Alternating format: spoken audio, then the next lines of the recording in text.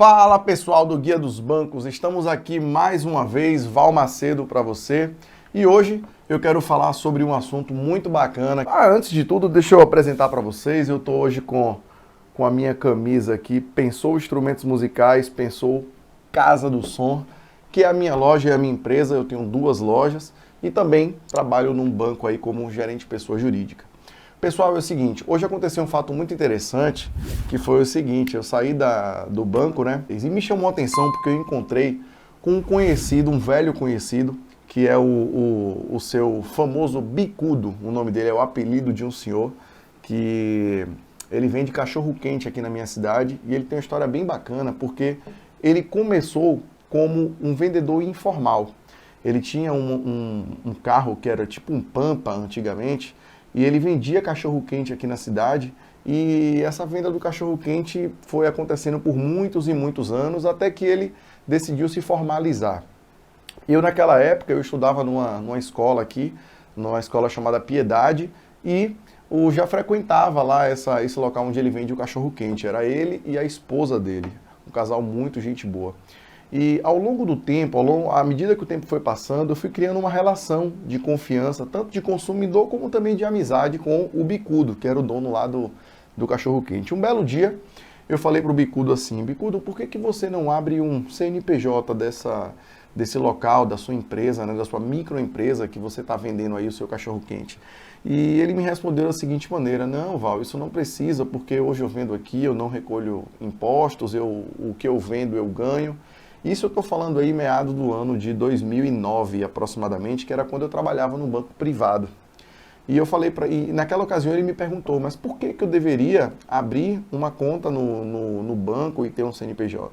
E eu falei para ele naquela época, falei, olha Bicudo, é bem interessante você ter, porque você vai poder ter acesso a linhas de crédito que vão ampliar o seu negócio, você vai poder comprar, por exemplo, em vez de uma Pampa, que na época ele tinha, você vai poder comprar uma caminhonete, um carro maior, onde você, quem sabe, pode fazer um engate, né, e puxar uma carrocinha em formato de lanchonete, eu não sei.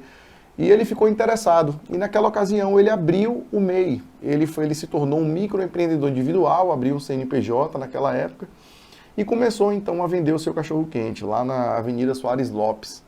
E o que acontece? Naquela ocasião, eu me recordo de que eu passei a frequentar tanto a lanchonete dele, que quando eu ia comprar o cachorro-quente, ele sempre me oferecia com 2 salsichas. Olha que legal, né? Era uma forma carinhosa dele me presentear. Quando eu ia comprar o cachorro-quente, ele, Val, você quer com 2 salsichas? E eu, não, pode ser e tal. E aquilo foi acontecendo durante anos, anos e anos. Um tempo se passou. Eu lembro que ele saiu desse carro, desse Pampa, ele foi para uma espécie de D20, a galera mais antiga aí sabe que carro é esse.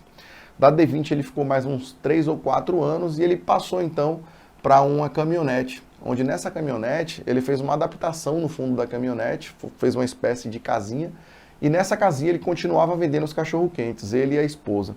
Nessa época eu já cursava a faculdade de administração e eu me recordo de uma ocasião onde ele foi convidado para palestrar nessa faculdade onde eu me formei.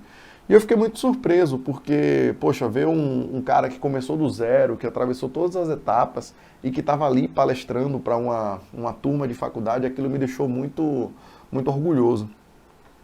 E assim foi, ele começou sua palestra contando toda a história, contou a história dele, falou que já estava com 2 funcionários e ele vendia muito cachorro-quente, era muito, mas muito mesmo. Só para você ter ideia, o cachorro-quente dele era uma espécie de ponte da cidade. As famílias saíam para poder ir comer o cachorro-quente do Bicudo.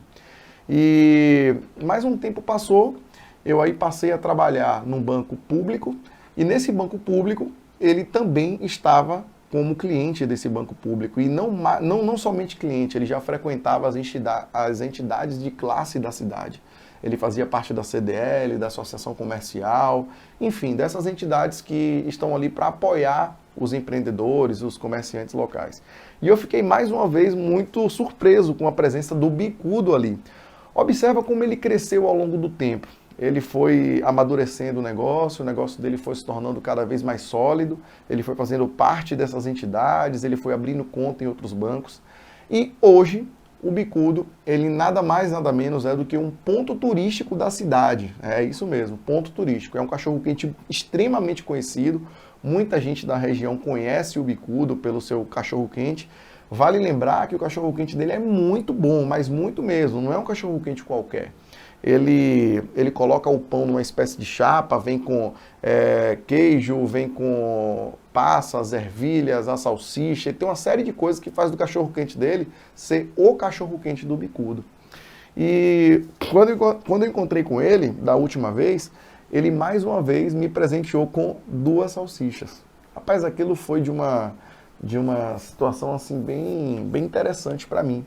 Porque eu pensei, poxa, um cara que desde pequeno eu estou lá frequentando e hoje ele continua mantendo aquela mesma tradição das 2 salsichas. E por que eu estou contando isso para vocês? Porque lá no início existiu ali uma conexão entre o Bicudo, vendedor de cachorro-quente, e o seu consumidor. O seu consumidor virou um funcionário de um banco privado, depois um funcionário de um banco público, e hoje o Bicudo ele é o meu cliente e a gente está ali financiando várias coisas para ele. Só para vocês terem uma noção, a última operação que nós fizemos foi uma operação onde a gente estava tentando financiar já uma Topic para ele poder se locomover e levar o seu cachorro-quente para outros locais. E é bem bacana porque hoje ele entende como os bancos funcionam. O Bicudo ele nunca usou recurso próprio para poder comprar os seus equipamentos. Ele sempre teve as melhores operações bancárias, não por mim, mas pelo conhecimento que ele tinha do negócio dele. Então, olha como a conexão lá no início se transformou num projeto onde foi financiado pelo banco e conseguiu ali todo o seu dinamismo, né, para fazer com que o negócio acontecesse com um custo bem reduzido. Então, eu queria deixar essa lição para vocês aqui hoje. Queiram, antes de mais nada, gerar conexão, pessoal. Conexão. Tanto com o gerente do banco, quanto com os seguranças do banco que estão ali para proteger você e o funcionário, como também com a sua equipe, com a sua cidade, com o seu estado. A conexão ela é fundamental. Então, o Guia dos Bancos não poderia deixar de falar disso aqui para vocês, porque é algo muito escasso hoje. A gente não consegue enxergar o tanto de conexão que existe nesse mercado. E é uma conexão que parece bobagem, mas não é. É um simples olhar, é uma simples forma de mostrar o seu negócio para o gerente de uma forma correta, quando você vai mostrar para ele que você tem toda a consciência de como o seu negócio funciona, toda a visão 360 graus. Então, eu queria deixar isso registrado aqui. Você tem gerado conexão com os fornecedores do seu negócio? Você tem gerado conexão com as empresas financeiras, as instituições financeiras que vão colocar o dinheiro que o seu negócio precisa? Lembra do Bicudo. Faça com que a sua empresa seja aquele pequeno vendedor de cachorro-quente, que lá no início ele não imaginava, mas ali ele gerou uma conexão que no futuro, hoje, ele tem lá todo o seu projeto, toda a sua estrutura financiada pelos bancos com as menores taxas de juros do mercado e tudo gerado pela conexão. Então aqui fica a nossa lição de hoje. Eu espero que você curta esse vídeo, comenta, faça o que você quiser. Afinal de contas, você está aqui para absorver esse conteúdo e a gente está aqui para te ajudar. Beleza?